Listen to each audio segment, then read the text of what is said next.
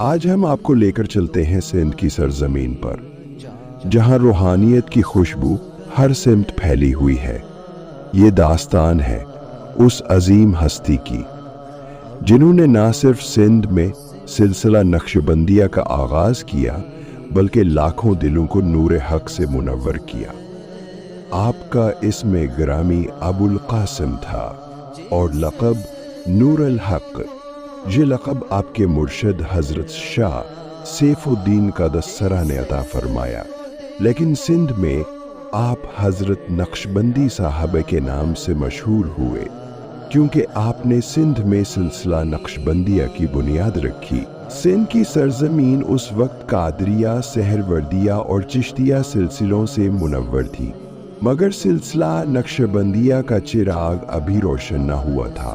حضرت مخدوم آدم نقشبندی رحمت اللہ علیہ واحد بزرگ تھے جو اس سلسلے سے وابستہ تھے، لیکن لوگوں کی توجہ کم تھی۔ جب حضرت مخدوم ابو القاسم رحمت اللہ علیہ نے سرہند سے خرقہ خلافت حاصل کیا تو آپ نے سندھ واپس آ کر سلسلہ نقشبندیہ کو عام کرنے کی جدوجہد شروع کی۔ آپ نے مزدوروں، معماروں، لکڑی فروشوں اور سبزی فروشوں کو تعلیم دی اور انہیں ان کی محنت کا معاوضہ بھی عطا کیا۔ وقت کے ساتھ ساتھ تعلیم یافتہ اور غیر تعلیم یافتہ لوگ بھی آپ کی محفلوں میں آنے لگے۔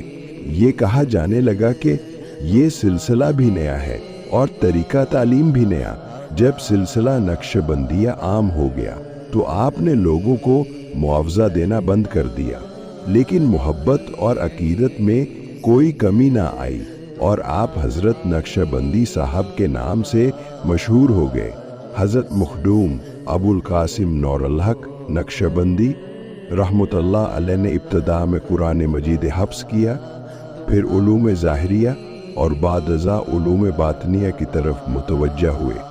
آپ نے حضرت مخدوم آدم نقشبندی رحمت اللہ علیہ سے فیض حاصل کیا، جنہوں نے آپ کی قابلیت دیکھ کر سرہند جانے کا مشورہ دیا۔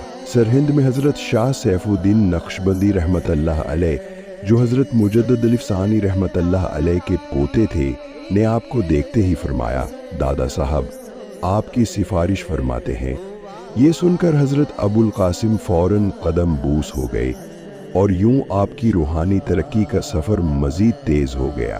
حضرت شاہ سیف الدین نقشبندی کے حکم پر آپ سندھ واپس آئے اور یہاں سلسلہ نقشبندیہ کی تعلیمات عام کرنے میں مصروف ہو گئے۔ آپ بے حد مستجاب الدعوات تھے اور حاکمان سندھ آپ سے دعائیں کروانے کے لیے حاضر ہوتے تھے۔ حضرت مخدوم ابو القاسم نقشبندی رحمت اللہ علیہ کی وفات بروز بدھ 7 شعبان 1138 ہجری بمطابق 10 اپریل 1726 عیسوی ہوئی۔ آپ کا مزار مکلی قبرستان ٹھٹا سندھ میں واقع ہے، جہاں آج بھی عقیدت مندوں کا ہجوم رہتا ہے۔ آپ کا عرس پاک ہر سال بڑی عقیدت و محبت سے منایا جاتا ہے۔ نہ صرف آپ کی درگاہ شریف پر بلکہ کراچی میں خانقاہ بغدادیہ بیت جہانیہ، نیو کراچی میں بھی بڑی عقیدت و محبت سے منایا جاتا ہے۔